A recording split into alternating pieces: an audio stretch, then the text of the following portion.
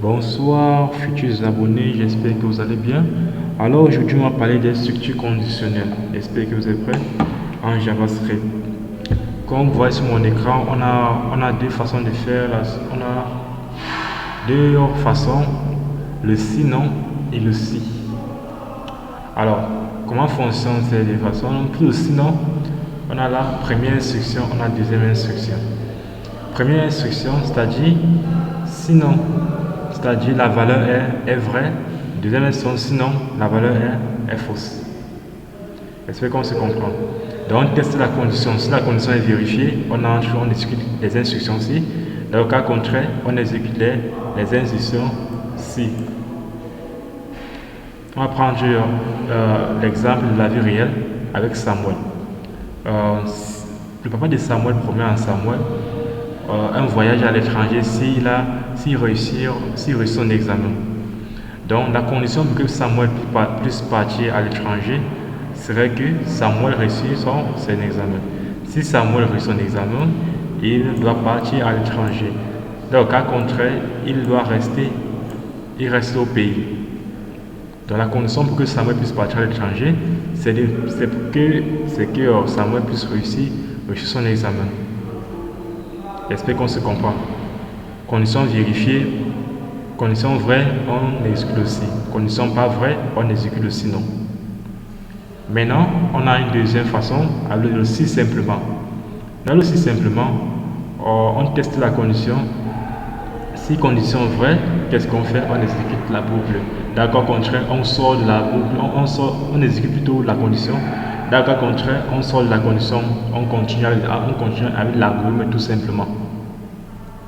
Donc, si condition vraie, on exécute les conditions. Si condition faux, ça veut dire on sort de la condition et on continue directement avec l'algorithme. Prochaine instruction.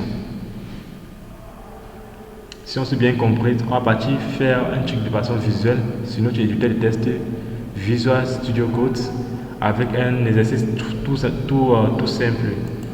J'ai préparé un petit exercice pour vous. C'est vraiment simple pour qu'on puisse comprendre la structure conditionnelle. Bon, on a ici Samuel obtient une note de 14 sur 14 en mathématiques, une note de 18 en anglais, une note de 12 en géographie. Et Homer, à son tour, lui obtient une note de 7 en mathématiques, de 10 en anglais et de 12 en géographie. Énoncé, on demande de calculer, instruction, on demande de calculer leur moyenne et de comparer entre les deux. Donc, quand la moyenne de Samuel est plus grande que celle d'Homer, qu'est-ce qu'on fait? On dit Samuel est plus intelligent que Homer, vice versa. C'est-à-dire ici, c'est Homer qui est. Dans le cas contraire, on dit Homer est plus intelligent que Samuel. Donc, si Samuel, la moyenne de Samuel est plus grande que celle d'Homer, on affiche tout simplement Samuel est plus intelligent que Homer. Donc, on se lance dans un exercice. Tout ça, d'abord, on va déclarer une variable qui va contenir la moyenne de Samuel et la moyenne de Homer. Donc, on déclare une variable qui va prendre la moyenne de Samuel. Donc, ms pour dire moyenne Samuel. Pour calculer la moyenne de Samuel, on va sommer tous les noms de Samuel, on va diviser par nombre de matières. Donc, 14, 18, 12. Le nombre de matières, c'est 1, 2, 3. Donc, 3. Donc, on va faire 14 plus 18 plus 12 divisé par 3, tout simplement. Donc, on va dire 14 pour la moyenne de Samuel. 14 plus 18 plus 12. Divisé par combien? Divisé par 3. C'est tout simplement ça. Et maintenant, pour la moyenne d'Homer, on va dire MO pour dire moyenne Homer. Et Homer a combien? Homer a 7. 7 plus 10 plus 12. Plus 12 divisé par 3. On va trouver la moyenne d'Homer. Tout simplement. Maintenant, qu'est-ce qu'on fait? On a là-dedans,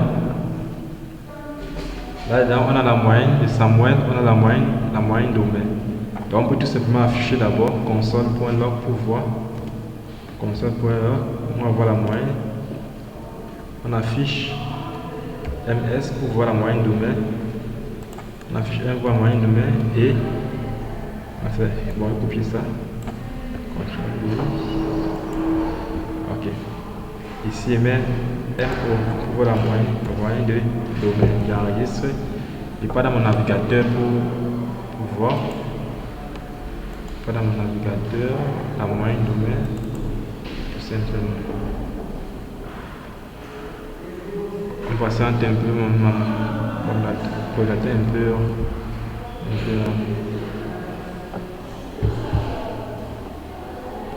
Vous voyez ça? Je dis inspecter, inspecteur. Les gens de la console pour voir. De la console. On a la moyenne de Samuel, on a la moyenne de Omer. Donc Samuel a 14 et Omer a 9. Maintenant, on va appliquer notre structure conditionnelle à ce niveau. Et dit, si on teste, bien évidemment, on teste, si la moyenne de Samuel est supérieure à la moyenne d'Omer, qu'est-ce qu'on a? Si la moyenne de Samuel est supérieure à la moyenne d'Omer, on dit tout simplement console là, on console là, on met la console. Console. Alors, tout simplement, la chaîne des caractères, on va dire Samuel est plus intelligent que, on va dire tout simplement ça, que Omer. Donc on va dire Samuel, on va dire Samuel est plus intelligent que Omer. À ce niveau, on voit Samuel est plus intelligent que Omer. Dans le cas contraire, sinon le S signifie sinon. Bon. Sinon. Ouais. Le S signifie sinon. Le sinon, c'est dans le cas où la condition n'est pas vérifiée. Donc, dans le cas où la condition n'est pas vérifiée. Console. Dans la console. Désolé. Oui. Chaîne des caractères. Dans le cas où la condition n'est pas vérifiée, ça serait le relais Samuel. Et ça serait Omer.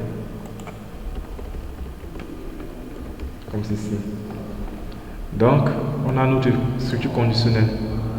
Ici, si la moyenne de Samuel est supérieure à celle d'Omer, on dit Samuel est plus intelligent qu'Omer. Alors, si la moyenne de Omer est supérieure à la moyenne de Samuel, dans le cas contraire, on va venir dire Omer est plus intelligent que Samuel. Donc, à ce niveau, on exécute la condition si on exécute l'instruction si la condition est vérifiée. Si la condition n'est pas vérifiée, on exécute l'instruction ci. Donc, si on sort de la condition ci, c'est-à-dire que Samuel n'est pas plus intelligent qu'Omer. J'espère qu'on se comprend. Si on quitte la condition ci, ça veut dire que Samuel n'est pas plus intelligent que Omer. Entre le si et le sinon. Maintenant, la deuxième structure conditionnelle, on retire tout simplement ça. Le si simplement. Si. Bon, je vous dis. Bon, il faut qu'on j'enregistre. On va tout voir dans la console. Ce qu'on voit dans la console, j'enregistre. Et voilà. Ici, on dit Samuel plus intelligent que Omer. C'est normal, puisque Samuel a 14 et Omer a 9. J'espère qu'on se comprend. Samuel a 14 et Omer a 9. Dans le cas où, bon, disons, à ce niveau, je mets 17 à Omer. Et je mets 11 ici. Je mets 11 à Omer. On va dire plutôt Omer est plus intelligent que Samuel. Bon, ça reste la même chose. Samuel a 14 et Omer a 13. Donc, Samuel est toujours plus intelligent qu'Omer. Donc, si je mets ici 17, j'enregistre. Déjà là.